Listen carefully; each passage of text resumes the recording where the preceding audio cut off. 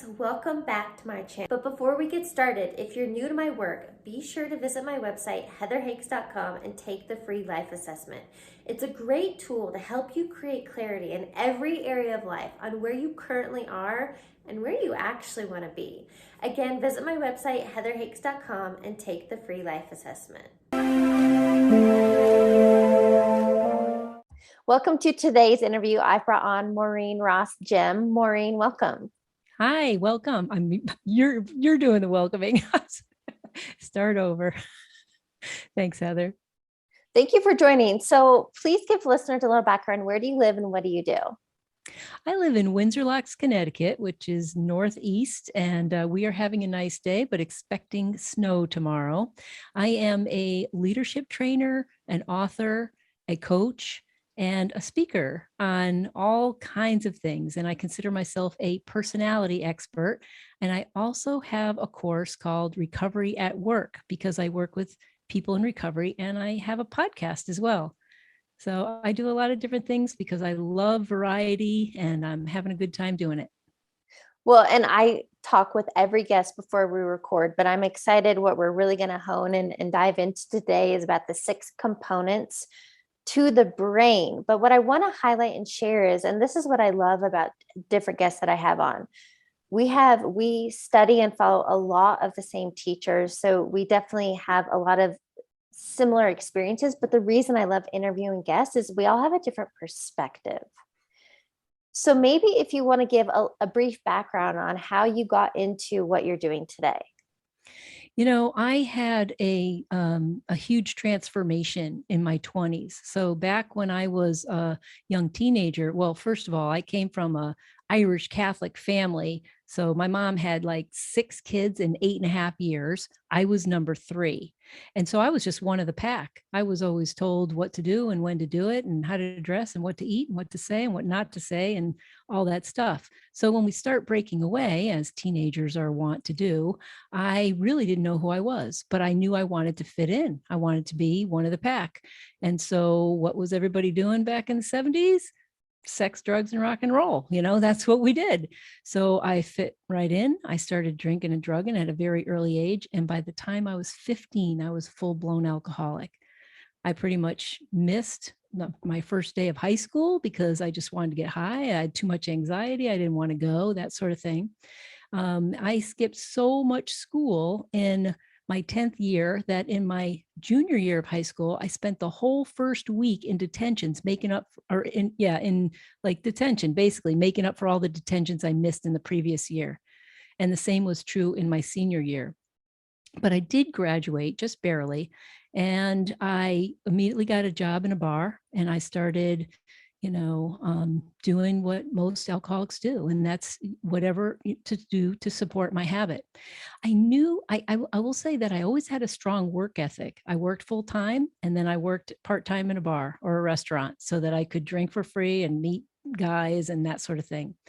And finally, I was just really creating this horrible reputation for myself. And by the time I got to 21 years old, I just realized that probably the reason I was so screwed up was because Connecticut, right? Connecticut sucks, right? So I left and I moved to Texas and I lived there for 4 years. But in the first 2 years, I lived in San Antonio and then I moved to Austin. And everywhere I went, all the same chaos seemed to follow me. And so that's when I realized, and I picked up this book called Think and Grow Rich, by Napoleon Hill.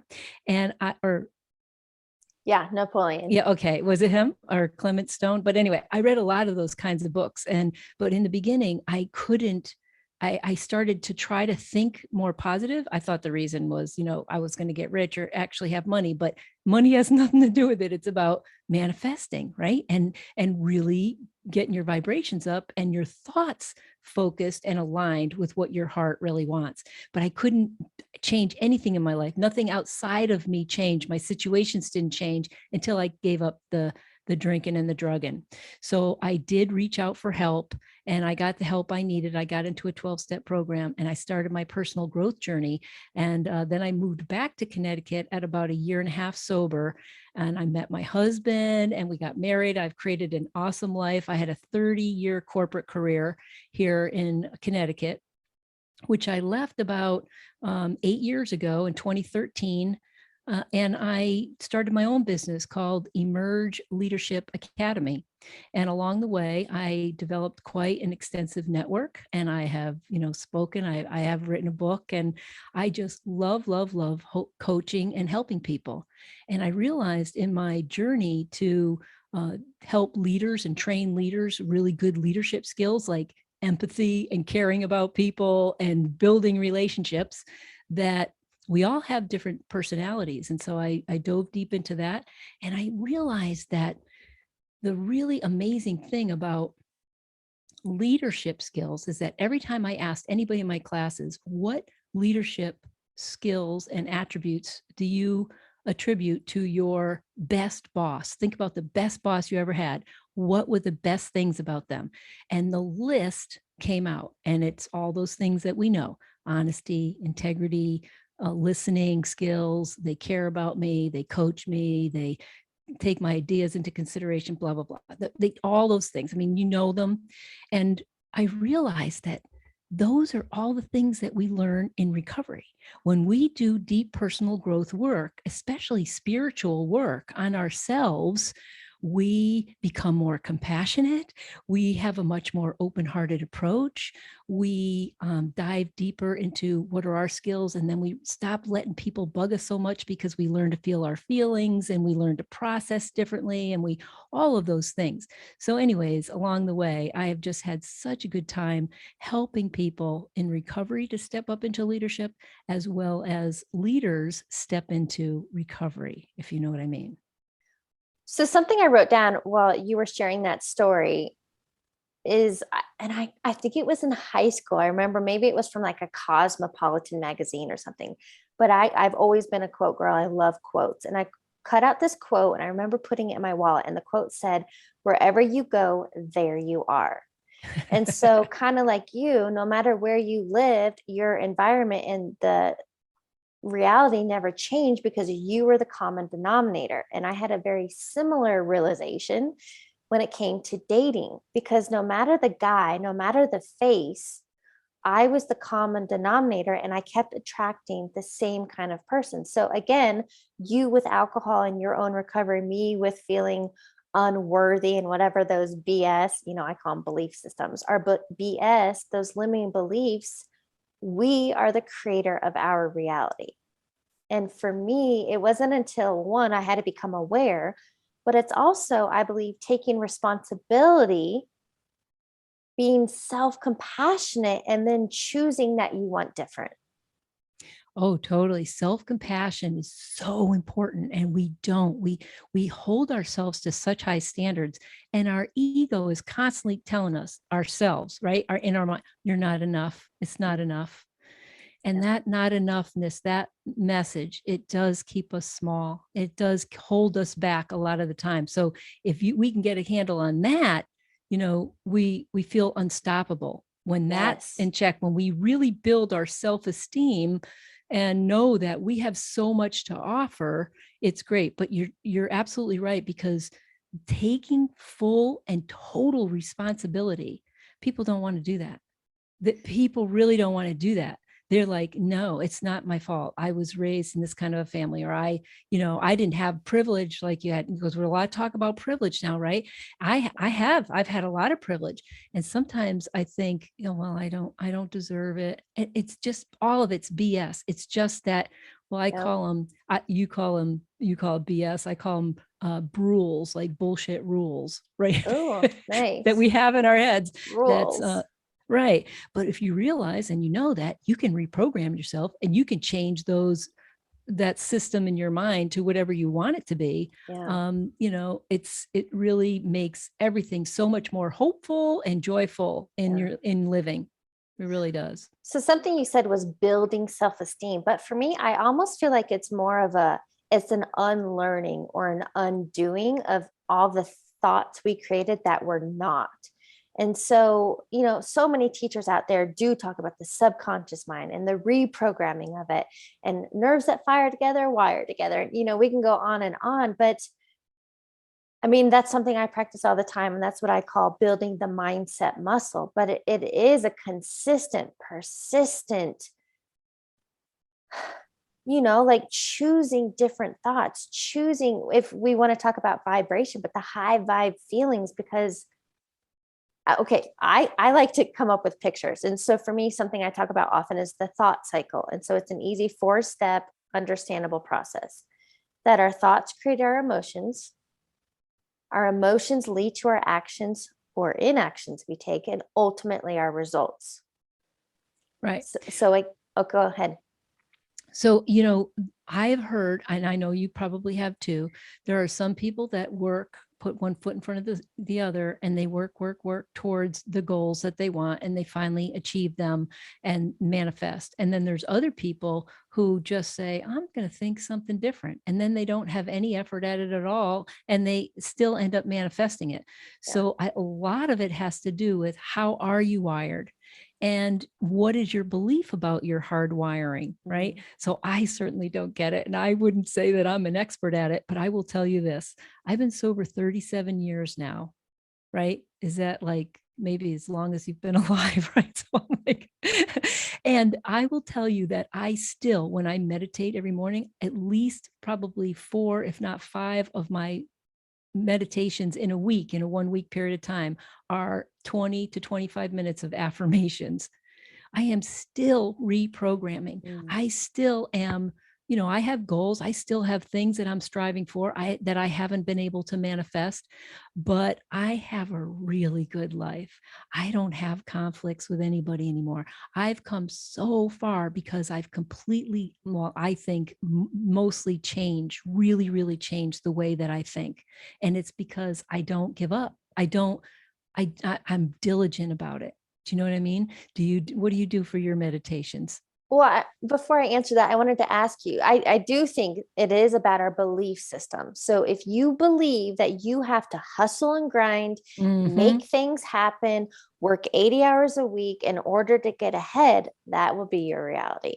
On the other hand, if you believe you can get into alignment, into flow, and on that note, I've been listening to, I love Dr. Joe Dispenza, but one of his meditations is flow. And so I am thinking and feeling that life happens, and I've experienced that. I don't have to effort and struggle, but I don't believe that has to be my experience. So even for you doing this work and on your journey, since you said there are still things you want, have you figured out what your resistance is? Well, I haven't been able to figure it out. That's why I've spent about $150,000 on, trying to upgrade it. But in the long run, I think it just comes down to looking, like, for example, abundance, right? That looking around me, I have so much abundance, but the ego always wants more. So that whole idea of sort of being able to, and I'll share those 6 different faculties of higher functioning brain, but this idea that it always wants more, and you can sort of separate, because like when you're meditating, we have an observer, right? And we can observe our thoughts, and sometimes a thought comes in and it's like, it horrifies me. Oh my God, like I did not just think that, and yet I'm not responsible maybe for the first one, but I am for the second one and the third one, and how we don't want to continue down that rabbit hole of negative thinking and that sort of thing. But so we have to be able to change those, or at least separate ourselves from them, and not beat ourselves up for having, thoughts, because we all have a dark side. And if we deny it, and if we don't own it, and if we don't take responsibility for it, it'll come back to bite us. And the universe will continually give us lessons so that we can look at and heal that, and get in alignment with, all of the different parts of ourselves. Does that make sense? Yeah. Well, it's something Peter Crone teaches. So he's a British guy living in LA, and he coaches a lot of like pro athletes. But Peter Crone said something to the effect of, And relationships, I feel like, are our greatest lesson, right? We learn Mm-hmm. so much through other people, but his quote is something about people will come into your life to kind of highlight or help you realize where you are not healed. Yes. So And triggers. yeah, yeah. And somebody else might say, God will give you nothing but angels. That every single person that comes into your life is just a messenger. It's just a Yes. messenger. They're Yep. not, and Wayne Dyer would say it this way, you know, there's, if you squeeze an orange, what do you get? Orange juice. Orange juice. Did you create the orange juice? Well, no, not really. That juice was always in there. So when somebody squeezes you and anger comes out, that anger is yours. That anger was always in there. They just push the button to let it out. And that is a messenger. That person is a gift. Try to go into corporate and tell those people that. Yeah. They're like, oh Or no, you're the cause of my pain. It's not good. I feel like so many people, and this has been big in the last couple of years, blaming their quote, narcissistic ex, that they're a victim to that relationship. And I just want to be like, oh, no, they were actually a huge gift. And I also do believe if we are judging another of arrogance or whatever negative thing we want to give them, it's actually something within us. Yeah. Which I think is now, I'm maybe going out on a limb here to say this, but you know how the whole country is divided in a lot of ways with our beliefs, and some people like believe that the voting was a farce, and other people believe that it was you can't, how do you work with that? You can't even change it. But I think what's happening is that that our collective dark side is finally getting acknowledged. Yeah. It's finally getting acknowledged and aired, if you will.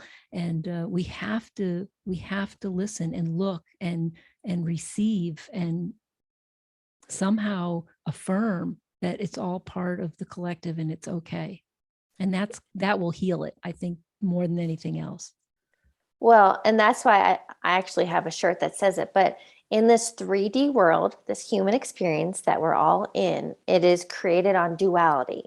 So, right, wrong, religions, politics, we can go on and on. And that's why the shirt I have says race, human, religion, love. And I forget the other two. But if we all remember and come to the point, come to the foundational basis, we all come from one single source.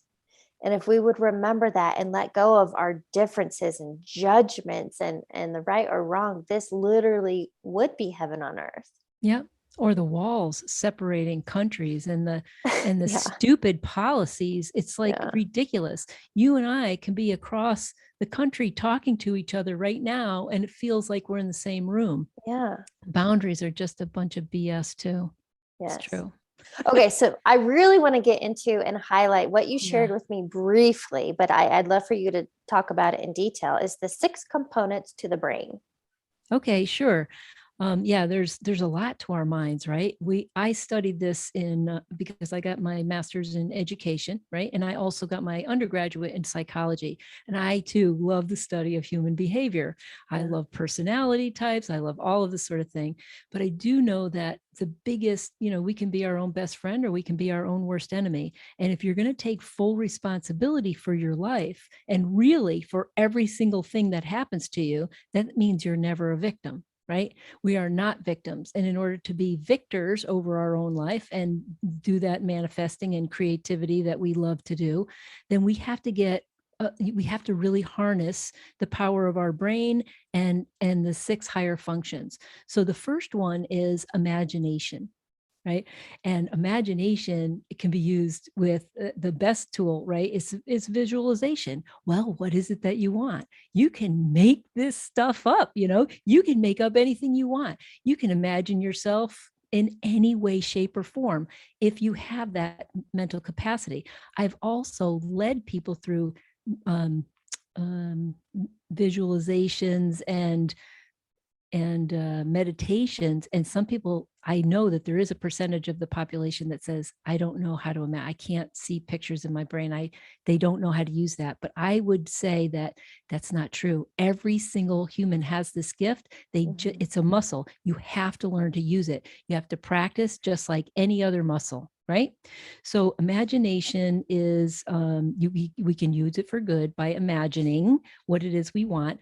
And the good part about imagining is you got to get yourself into the feeling part of it, using that all of your emotions to fuel that energy vibration of what you're imagining. So when you're thinking about, what you're grateful for or what you want to manifest, we think about how grateful we would be if we got that call. If we just went for a job interview and you imagine yourself or you're getting the call that somebody wants you to be their keynote speaker, or getting the call. So you imagine those things and you feel the good feelings. And that's what helps bring that to fruition. And the second one is intuition. And we talk a lot about this in spirituality circles, right? Because our intuition is what I believe it's our higher self. It is a spark of ourselves that is divinity, that is in direct connection with God, or is that spark of divinity that is God. You can call it the Holy Spirit, the higher self.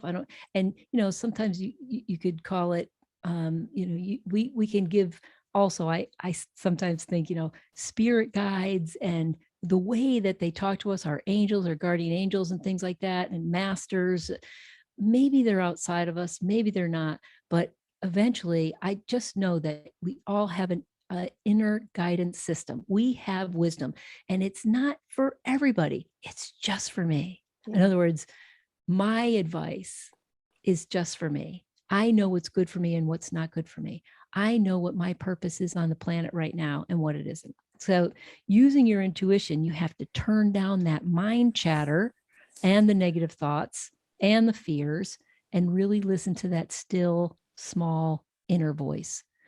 The most difficult part of that is differentiating what is that still small voice and what is what's the ego voice. On that note, I just want to add something else. I think of intuition as kind of your internal compass. I love and it. I've tested this and figured it out too. If you really hone in and pay attention, we've all experienced it. But I love how somebody said the ego is loud and chaotic, where your intuition is more of like a gentle whisper. It's a nudge, it's a tug, we know the difference. Yeah. Yeah. And even if you're like, I remember in my using days when I was out there using, sometimes I'd find myself in a situation where my intuition, even though I was wasted or whatever, it would say, don't go in there, or don't go with him. Don't get in that car. Don't go, and I don't think it was fear. I think it was my higher self just trying to talk really loud to keep me safe. And I learned to listen even in those situations, but that's neither here nor there. It is there, but so many people just, they get into analyzing it too much and not feeling, is it expansive or is it constricting, right? That, how do you feel it in your body? So I do think that meditation has a lot to do with helping to quiet the mind, learning to quiet the mind and listen to that intuition. Okay. Yeah. The third one is memory. Now, memories, they can bring up traumatic experiences. And if you don't realize what your brain is doing, you will constantly relive the trauma over and over and over. And we've all seen it happen, especially when those videos that are like America's Funniest Videos where you're watching and somebody keeps hurting themselves or falling off the skateboard or, and I can't even watch those, because when we relive things in our memory, we feel it in our body. Our brains don't know the difference, right? So that's how you can re-traumatize yourself, even if it wasn't even your experience, by watching like violent movies and things like that, by getting into that. But the memories themselves, you can make things smaller, neurolinguistics, you can take the trauma and really make it small and far away. Maybe take out all the sound and just watch the scene and and that will diffuse a lot of it and help you to process it. But think about the good memories. Think about the ones that where you've experienced as much love as you can. The ones that you had your highest levels of vibrations at, those are the ones to hold on to and revisit over and over again, because that will keep you in that high level vibration state so you can manifest a lot better. I want to add to that. So, as an example, kind of like when you're reminiscing about past relationships or reminiscing about difficult moments, you're right that we go back to, and this is what Dr. Joe Dispenza calls a refractory period. But we go back and we revisit that. But by revisiting memories, which are thoughts, we tie that to the emotion, and then we stay in that anxiety, worry, fear, depression, anger. We keep it alive. Oh yeah. You hit the nail on the head there. It's unhealthy. It's not good for us to do it. Yeah. But unless you're talking to your therapist and you really want to work through it, because the more you allow yourself to feel that feeling, then you don't have to go back there again. Nope. If you just stuff it or deny it or ignore it, that's not good either. You do have to feel those feelings eventually. But I will say that one of the amazing things that the brain does, and I took dream therapy for a couple of years, is that if we don't get a chance to process all of our emotions during the day, we will sometimes process those while we're sleeping at night. And it will continue to process. So you can just say, okay, dream world, go ahead and take all this crap away from me. I'm going to wake up refreshed. And then hopefully you'll forget about it. All right. But you also want to use your senses when you are exercising your memory. Use your senses, get into those feelings again, just like your imagination, for the good ones. All right. The fourth one is reason and logic. The reasoning brain processes so many, 1 million billion amazing facts and of data points that are coming at us every day.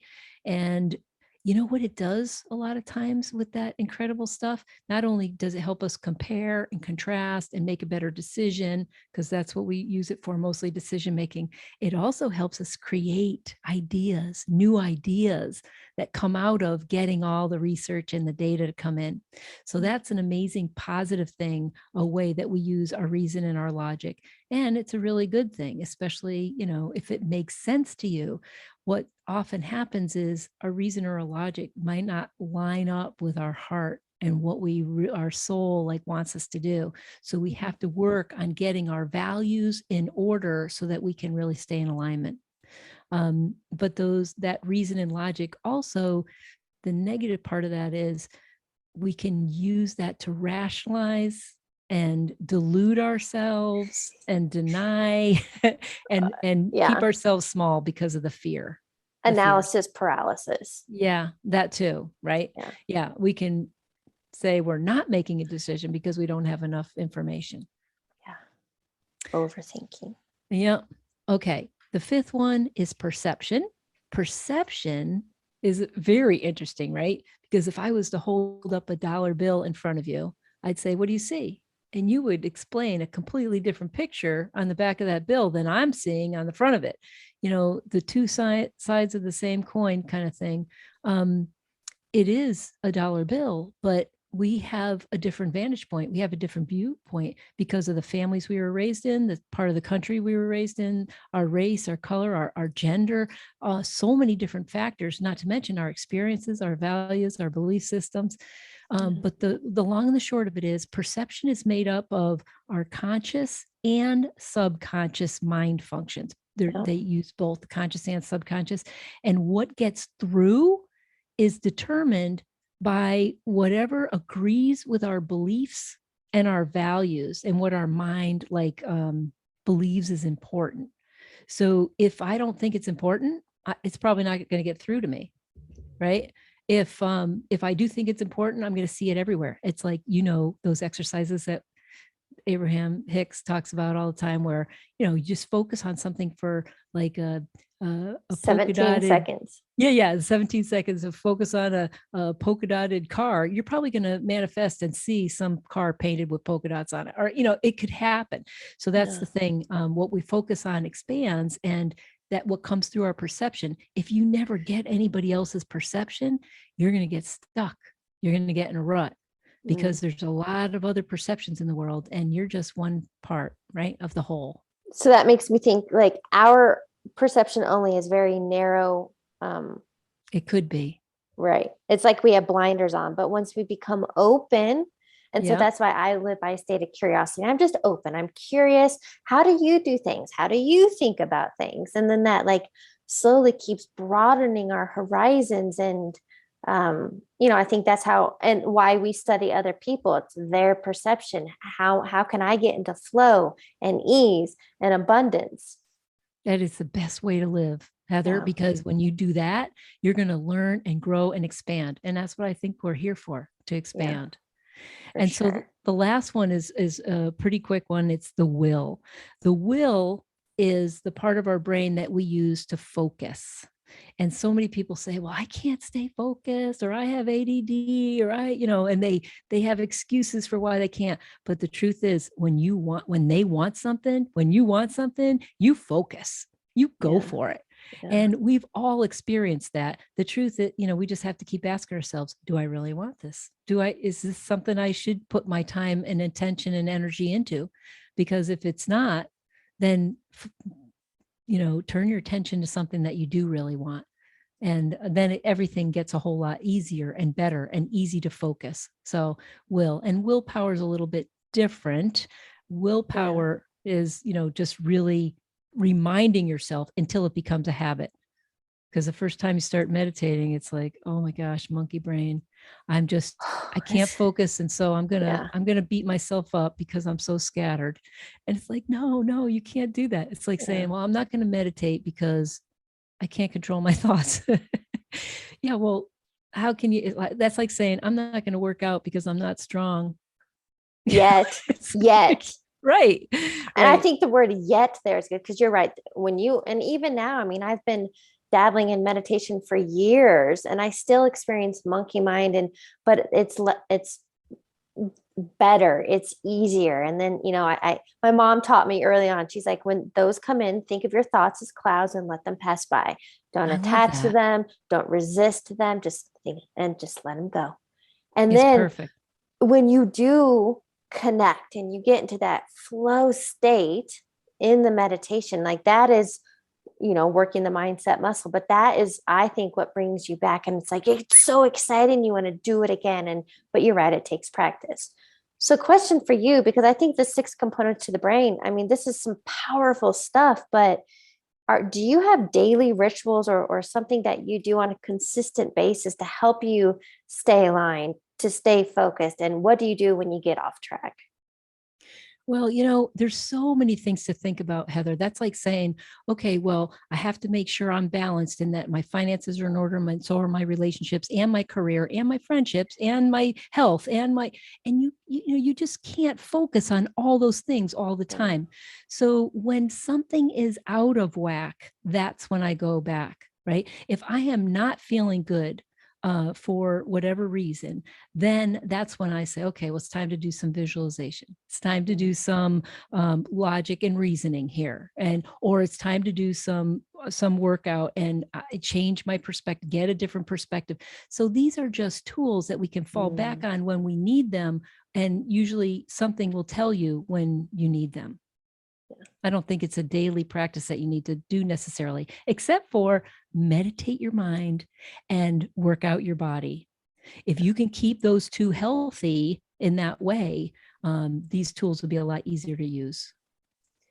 I think another thing that's important to highlight is I feel that, and I've definitely fallen trapped to this, we take life way too seriously. And why I bring that up, I asked you a question, and that was, if you could give humanity your billboard message, what do you want people to know? And you had 2 words. Have fun. Yeah. We might as well have a good time while we're doing it. Another podcast we might do sometime in the future will be to talk about personality. My personality is really about having fun. But unfortunately, that's why I drank for so, and I had those experiences. But you know what? It was all for my greater good. I do believe that everything happens for my greatest good. But the more that I can stay in those high levels of having fun and enjoying life, then the easier it is and the less painful it is. It's just fun. A natural high instead of drugs or alcohol. Indeed. Yes. Yeah. Well, then I have a question for you. What do you believe is a key takeaway you want listeners to get? Well, I do believe that all of your growth that it really involves going within. We can look outside of ourselves for things to make us feel better all the time. But the most important thing is to keep doing your own personal growth, self-reflection, meditation, understanding your feelings, and stop looking outside yourself for people to blame, because you are responsible. And that's really the crux of the message that I'd love to give. Yeah. And on we all have this great light that we need to shine. So shine it. Yeah. Yes. That's funny. I have it on my wall over there, but it was from a daily flip calendar a couple of years ago. And it is something about being a lighthouse for others. And that has been my driver to be a leader, to be an example, and just so that we all remember we are so powerful. And it's like, who are you pretending not to be? Oh, yeah, that's good. You are doing it, Heather, just by having this podcast, by doing all the personal growth stuff that you've been doing. You're an excellent, powerful example of what it means to have an abundant, awesome, focused life. Thank you. Okay, I have a few rapid fire questions I'd like to ask you to wrap up the interview. Okay. First one, what is a quote or motto that you live by?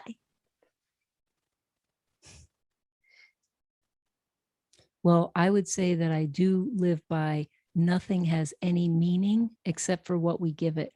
Yeah. And that's from A Course in Miracles. Yes, that is a good one.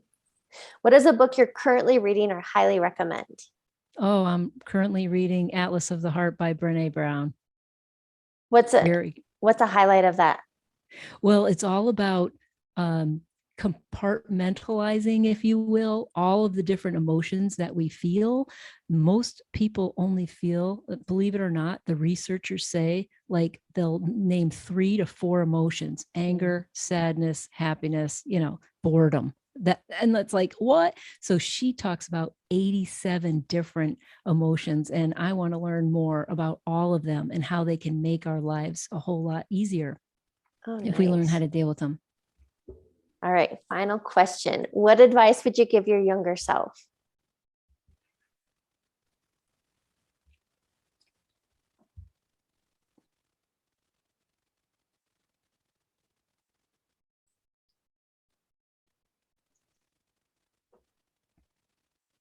Don't worry. Don't worry. It's going to be okay. You're going to be all right. You're going to turn out okay. You're going to have so much love in your life. Just don't even worry about it. Just keep being your beautiful self and you're going to be fine. Such a great note to end on. Maureen, thank you so much for joining me. Thank you, Heather, for having me.